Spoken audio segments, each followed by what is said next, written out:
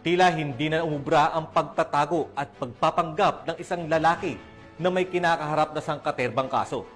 Matapos siyang maaresto ng mga operatiba ng kapulisan sa Barangay Poblasyon, Suwal, Pangasinan.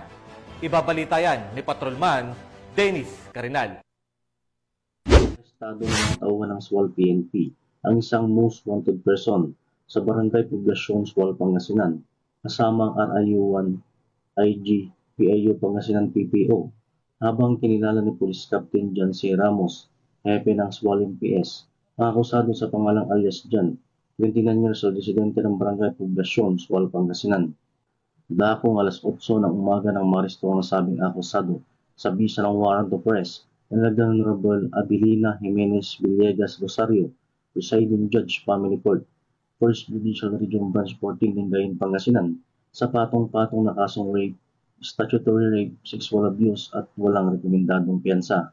Samantala, nasa kustodiya ng Suwal PNP ang nasabing akusado para sa tamang dokumentasyon at disposisyon.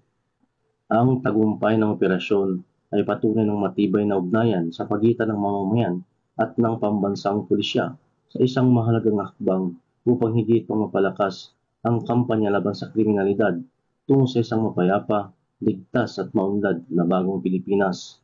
Mula dito sa PKG Ilocos Region, ako po ang inyong Police News Network Correspondent, Patrolman Dennis Carinal, alagad ng batas, tagataguyod ng Balitang Pulis.